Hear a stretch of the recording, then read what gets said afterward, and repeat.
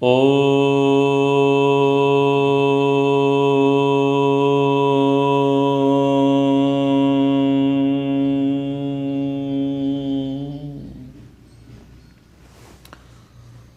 मनुस्मृति का हमारा अध्ययन चल रहा है। पिछली कक्षा में धर्म के 10 लक्षणों पर विचार किया था। उस प्रसंग को आगे बढ़ाते हुए सप्तम अध्याय को पढ़ेंगे। तो पिछला प्रसंग है 6वें अध्याय का 7वां श्लोक। 10 लक्षणानि धर्मस्य ये विप्रा समधीयते अधीत्य चा अनुवर्तन्ते ते यान्ति परमां गतिम्। धर्मस्य 10 लक्षणानि, धर्म के 10 लक्षणों का ये विप्राह जो द्विज सम अधीयते अध्ययन मनन करते हैं और अधीत्य अध्ययन मनन करके अनुवर्तन्ते इनका पालन करते हैं, ते वे परमाम गतिम यान्ति उत्तम गति को प्राप्त करते हैं। एस वो अभिहितो धर्मो ब्राह्मणस्य चतुर्विधा पुण्यो अक्षय फला प्रेत्य राज्याम धर्म निबोधत।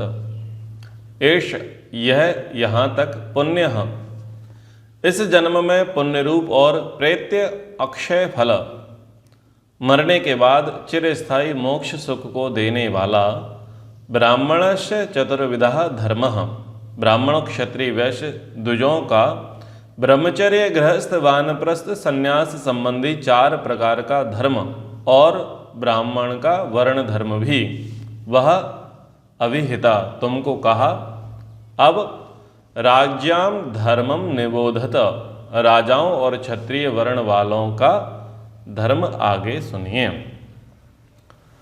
तो यहाँ पर महर्षि मनु जी ने धर्म के 10 लक्षणों का व्याख्यान करने के पश्चात इस प्रसंग को विराम किया और विराम करके उपस्थित ऋषियों को बताया कि ब्राह्मण क्षत्रिय वैश्य शूद्र जो हैं, गृहस्थ ब्रह्मचर्य वानप्रस्थ और संन्यास जो आश्रम है, तो वर्ण और आश्रम का विधान हमने आपको कर दिया है।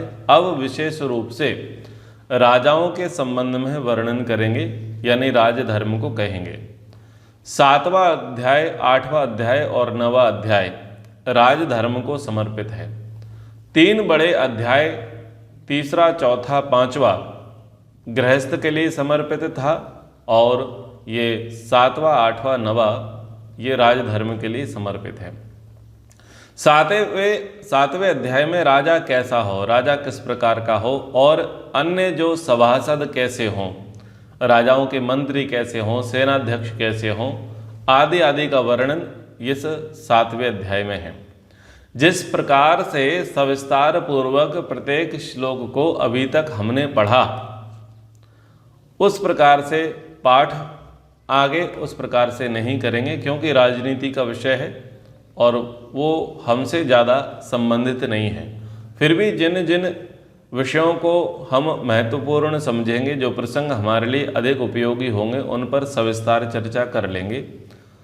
अभी तक प्रथम अध्याय से लेकर के 6वें अध्याय पर्यंत लगभग 196 पृष्ठ में इन सब का वर्णन आया था और 7वें, 8वें, 9वें अध्याय का यानी राजधर्म का जो व्याख्यान है वो लगभग 145 पृष्ठों में आता है। 196 पृष्ठों का व्याख्यान करते करते हमको लगभग 125 कक्षाएं लेनी पड़ी थी। अब इनमें राजधर्म के प्रसंग में देखते हैं कितनी कक्षाएं होंगी। आइए राजधर्म विषय को आगे बढ़ाते हैं। तो अब 7वें अध्याय को पढ़ते हैं। 7वें अध्याय का प्रथम श्लोक है, राजधर्मान प्रवक्ष्यामि यथा वृत्तो भवे नृपः संभवश्च यथा तस्य सिद्धश्च परमां गतिम परमा यथा। ब्राह्मण वर्ण और साथ साथ 4 आश्रमों के कर्तव्य कहने के पश्चात अब मैं राजधर्मान, राजा के और क्षत्रिय वर्ण के कर्तव्यों को और नृपः यथावृतः भवेत्, राजा का आचरण कैसा होना चाहिए, तस्य यथा संभव, उसका चयन या उसकी नियुक्ति किस प्रकार से होनी चाहिए, और यथा परमा सिद्धि, जिस प्रकार उसको अपने कार्यों में अधिक सफलता प्राप्त हो, उस सब को अब आपको मैं प्रवक्ष्यामि कहूँगा। महर्षि स्वामी दयानंद सरस्वती जी महाराज कहते हैं कि जब मनु जी महाराज ऋषियों से कहते हैं कि चारों वर्ण और चारों आश्रमों के व्यवहार कथन के पश्चात राजधर्मों को कहेंगे कि जिस प्रकार राजा होना चाहिए और जैसे उसको संभव बनना तथा जैसे उसको परम सिद्धि प्राप्त हो, उसको सब प्रकार से कहेंगे। तो यहाँ पर राजधर्म के प्रसंग को उन्होंने आरंभ किया है। कह रहे ब्राह्मण प्राप्तेन संस्कारम क्षत्रियेण यथा विधि सर्वस्य अस्य यथा न्यायम कर्तव्यम परिरक्षणम। यथा विधि शास्त्रोक्त विधि के अनुसार ब्राह्मण संस्कारम प्राप्तेन क्षत्रियेण उपनयन संस्कार करा के ब्रह्मचर्य पूर्वक क्षत्रिय वर्ण के लिए निर्धारित शिक्षा प्राप्त किए हुए क्षत्रिय वर्ण के व्यक्ति को अस्य सर्वस्य अपने राज्य और जनता की यथा न्यायम परिरक्षणम कर्तव्यम न्याय के अनुसार सब प्रकार की रक्षा करनी चाहिए। महर्षि मनु जी की मान्यता है कि जो राजा बनेगा वो उपनयन संस्कार में दीक्षित होवे, द्विज होवे, ब्रह्मचर्य पूर्वक उसने संपूर्ण विद्या को पढ़ा हो, राजनीति शास्त्र को उसने पढ़ा हो और राजा जो है न्याय करने में कुशल हो, ऐसे व्यक्ति को राजा बनाना चाहिए। अब राजा क्यों बनाना चाहिए, राजा बनने की क्या आवश्यकता है, मनुष्यों में कोई नीति नियंता क्यों होना चाहिए, उसके विषय में महर्षि मनु जी का मंतव्य है। अराज के ही लोके अस्मिन् सर्वतो विद्रुते भयात रक्षार्थम अस्य सर्वस्य राजानम असृजत प्रभु। कह रहे हैं क्योंकि अराज के अस्मिन् लोके, राजा के बिना इस जगत में सर्वता भयाद विद्रुते, सब ओर भय और अराजकता फैल जाने के कारण अर्थात राजा के बिना असुरक्षा और अराजकता हो जाती है। अतः अस्य सर्वस्य रक्षार्थम, इस सब की यानी राज्य की और जनता की रक्षा के लिए प्रभु राजानम असृजत, प्रभु ने राजा पद को बनाया अर्थात राजा बनाने की प्रेरणा वेदों के द्वारा मानवों को दी। महर्षि मनु जी ध्येय प्रकट कर रहे हैं राज्य की आवश्यकता क्यों है। अगर नीति नियंता नहीं होगा, अनुशासन में चलाने वाला नहीं होगा, यथा विधि यथा योग्य कर्मों के अनुसार फल देने वाला, न्याय करने वाला नहीं होगा, दुष्टों को दंड दिलाने वाला नहीं होगा, तो राज्य में अराजकता व्याप्त हो जाएगी। जब अराजकता व्याप्त होगी तो सीधी सी बात है असुरक्षा भी बढ़ जाएगी और असुरक्षा बढ़ेगी तो राज्य जो है नष्ट भ्रष्ट हो जाएगा, प्राणियों के अंदर अव्यवस्था हो जाएगी, मनमाना आचरण हो जाएगा और कोई किसी के नियंत्रण में नहीं होकर के स्वच्छंद होंगे और स्वच्छंद होकर के क्या होगा, अन्याय और अधर्म का आचरण सर्वत्र व्याप्त हो जाएगा। इससे मनुष्यों को महान दुख होगा। तो मनुष्यों के अंदर महान दुख की व्याप्ति ना होवे, दुष्ट प्रकृति के लोगों का बढ़ाव ना हो और सज्जन प्रकृति के लोगों की सुरक्षा सहायता सेवा सदैव बनी रहे और जिनके संस्कार अभी दबे हैं और दुष्ट प्रकृति वाले हैं, वो संस्कार वाले भी दुष्टों को कठोर दंड देता हुआ जान करके, उनकी भयानक पीड़ाएं कष्टों को जान करके, जिनके मन में के भीतर जो संस्कार पड़े हैं दुष्टता के, वो संस्कार भी बाहर प्रकट ना होने पावे। इसलिए राजा की आवश्यकता बहुत है। तो राजा के 8 गुण बता रहे हैं कि जब राजा बनाया जाएगा तो राजा में किन प्रकार कैसे कैसे गुण होने चाहिए। तो अगर 8 प्रकार के गुण महर्षि मनु जी ने कहे, वो 8 प्रकार के गुण राजा में अवश्य होने चाहिए। यदि वो उन 8 गुणों से संपन्न है तब ही वह राजा समुचित प्रकार से अपनी प्रजा की रक्षा पालन व्यवस्था कर सकेगा, अन्यथा नहीं कर सकेगा। तो 8 पद, 8 लक्षण, 8 गुण किस प्रकार से राजा में होने चाहिए, कौन कौन से होने चाहिए, उसके विषय में महर्षि मनु जी कह रहे हैं। इंद्रा अनिलयम अर्काणाम अग्नेश्य वरुणस्य च इंद्र चंद्र वित्तेशयोश्चैव माता निर्हर्त शाश्वती। तो जो राजा बनने की इच्छा रखने वाला हो अथवा जिसे राजा लोग बनाना चाहें, उसमें क्या क्या गुण लक्षण होने चाहिए। तो कहा इंद्र अनिल यम अर्कणाम अग्नि, विद्युत वायु यम सूर्य अग्नि और वरुण से जल, चंद्र वित्तेशयोचा, चंद्र तथा कुबेर धनाध्यक्ष, इनकी शाश्वती ही शाश्वती मात्रा निर्हृत्य स्वाभाविक मात्राओं अर्थात गुणों का ग्रहण करके बनाया है। अर्थात राजा को विद्युत के समान समृद्धि करता, वायु के समान राज्य की सब स्थितियों का ज्ञाता, यम ईश्वर के समान न्यायकारी, सूर्य के समान अज्ञान का नाशक और कर ग्रहण करता, अग्नि के समान पाप अपराध नाशक, जल के समान अपराधियों का बंधन करता, चंद्र के समान प्रसन्नता दाता और धनाध्यक्ष के समान पालन पोषण करता राजा को होना चाहिए। महर्षि मनु जी ने सर्वप्रथम इंद्र के विषय में कहा। इंद्र क्या करता है? जैसे इंद्र यानी विद्युत जो अंतरिक्ष में चमकती है, गिरती है, तड़कती है, उससे क्या होता है कि जैसे भरपूर जल वर्षा कर जगत को तृप्त करता है। बिजली जब तड़कती है तब जाकर के पर्याप्त मात्रा में जल की वृष्टि होती है, तो उसके जल की वृष्टि से होता क्या है, जो प्रजा है वो पर्याप्त तृप्त होती है। वैसे राजा अपनी प्रजाओं को पर्याप्त सुख सुविधाओं को देकर के उनके ऐश्वर्यों को बढ़ावे, उनकी कामनाओं को पूर्ण करे और प्रजाओं को संतुष्ट करे। इसलिए राजा में इंद्र के समान गुण होना चाहिए, यानी विद्युत के सदृश राजा में गुण होना चाहिए। दूसरा गुण राजा में वायु के समान होना चाहिए। वायु क्या करता है? सब प्राणियों में प्रवेश करता है, सब स्थानों में प्रवेश होकर के विचरण करता है। जैसे हमारे शरीर में प्राण अपान व्यान उदान समान नाग कूर्म कृकल देवदत्त धनंजय, वायु 10 प्रकार से होकर के पूरे शरीर में व्याप्त होकर के सबकी व्यवस्था कर रहा है। प्रत्येक अंग प्रत्यंग की, कोशिकाओं की, रक्त की, धमनियों की, किडनी की, सब प्रकार के जो हमारे अंदर अवयव बने हुए हैं, कोश बने हुए हैं, सबकी वो व्यवस्था करता है।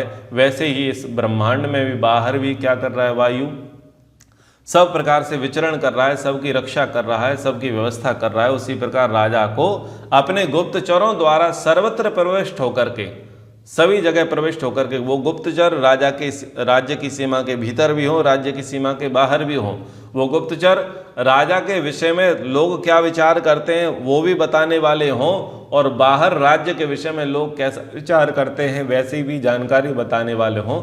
ऐसे गुप्तचरों का निर्धारण करने वाला हो, शत्रुओं की बातों को भी जानने वाला हो। इस प्रकार का राजा वायु के सदृश होवे। राजा यम के समान हो। यम यानी ईश्वर की जो मारक और नियंत्रक क्षमता है, यानी जो कर्म फल प्रदान करने का जो सामर्थ्य है, दंड देने का जो सामर्थ्य है, उस प्रकार से राजा होना चाहिए। उसी प्रकार राजा क्या करेगा? फिर वो अपराध को जानेगा, अपराध को जान करके न्यायपूर्वक दंड देगा और सब पर शासन करेगा। अर्क, राजा को अर्क के सदृश होना चाहिए। अर्क यानी जैसे सूर्य प्रकाश होता है और उससे क्या अंधकार का वो नाश करता है, उसी प्रकार राजा अज्ञान अविद्या का निवारक हो, तथा जैसे सूर्य अपनी किरणों द्वारा बिना संतप्त किए जल ग्रहण करता है, उसी प्रकार राजा भी कष्ट और हानि पहुंचाए बिना अपने अधिकारों के द्वारा शास्त्रोक्त रूप से कर को ग्रहण करने वाला हो। सूर्य के 2 कार्य यहाँ पर बताए, सूर्य के 2 लक्षण बताए। सूर्य प्रकाश करता है, अंधेरे का नाश करता है, तो वैसे ही राजा जो है ज्ञान का प्रकाश करे और अज्ञान का नाश करे। राजा प्रजा को कष्ट दिए बगैर उनकी सुख सुविधाओं का ध्यान रखते हुए उनके साथ कर का व्यवहार करे, कर के व्यवहार में किसी प्रकार की कठोरता का वर्ताव वो ना करे।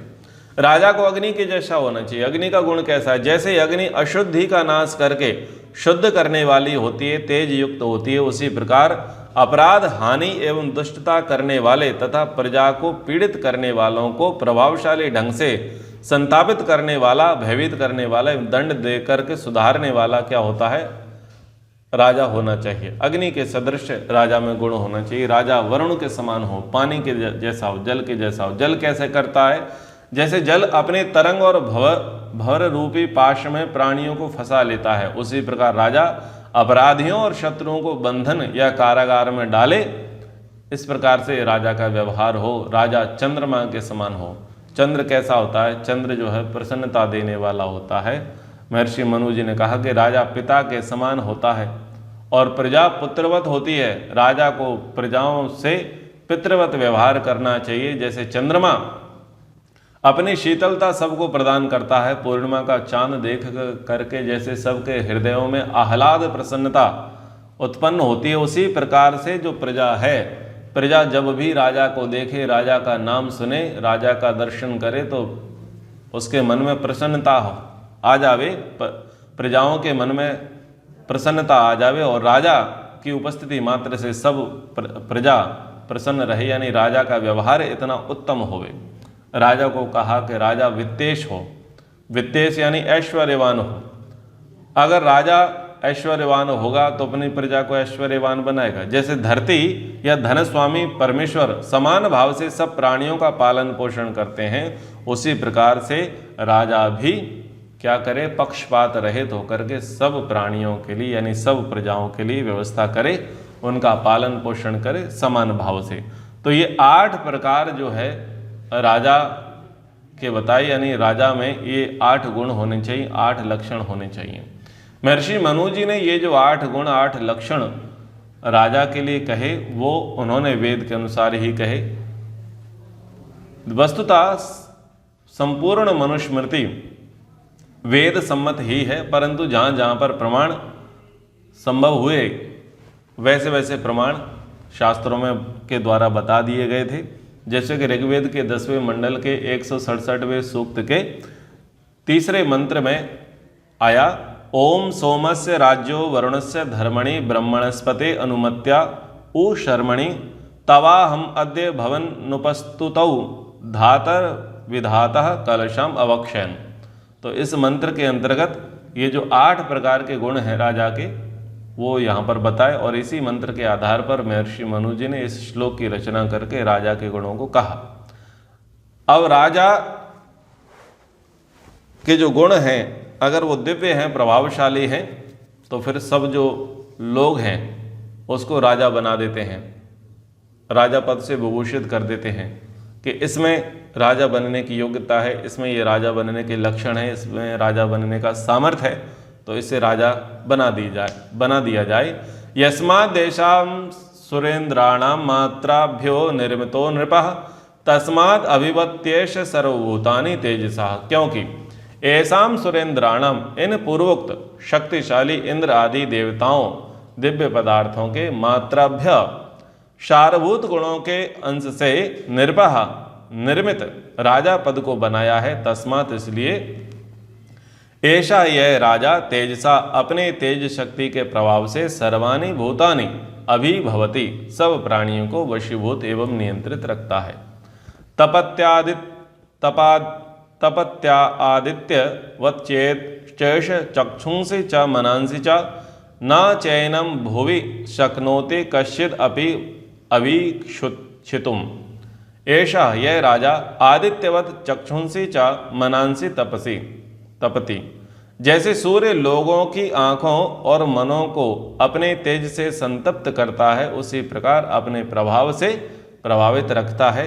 एनम भुवि कश्चिद अपि, प्रभावशाली होने के कारण राजा को पृथ्वी पर कोई भी अभिवीक्षितुम न शक्नोति, कठोर दृष्टि से देखने में समर्थ नहीं होता, अर्थात आंखें नहीं दिखा सकता। महर्षि स्वामी दयानंद जी महाराज कहते हैं कि जो सूर्यवत प्रतापी होकर सबके बाहर और भीतर मनों को अपने तेज से तपाने हारा है, जिसको पृथ्वी में कड़ी दृष्टि से देखने को कोई भी समर्थ नहीं होता, ऐसा तेजस्वी राजा होना चाहिए।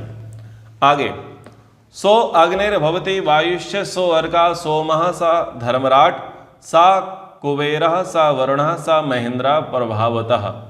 वह राजा प्रभावतः अपने प्रभाव सामर्थ्य के कारण अग्नि है, अग्नि के समान दुष्टों अपराधियों का विनाश करने वाला, और वायु के समान गुप्तचरों द्वारा सर्वत्र गतिशील होकर राज्य की प्रत्येक स्थिति की जानकारी रखने वाला, अर्कः सूर्य द्वारा किरणों से जल ग्रहण करने के समान कष्ट रहित कर ग्रहण करने वाला अथवा प्रजा के अज्ञान विद्या का नाशक, सोमः चंद्रमा के समान शांति प्रसन्नता देने वाला, धर्मराट न्याय अनुसार दंड देने वाला, कुबेरः ऐश्वर्य पद परमेश्वर के समान समभाव से प्रजा का पालन पोषण करने वाला, वरुणः जलीय तरंगों या भंवरों के समान अपराधियों और शत्रुओं को बांधने या कारागार में डालने वाला, और सह वही महेंद्रः वर्षाकारक शक्ति इंद्र के समान सुख सुविधा का वर्षक प्रदाता भवती है।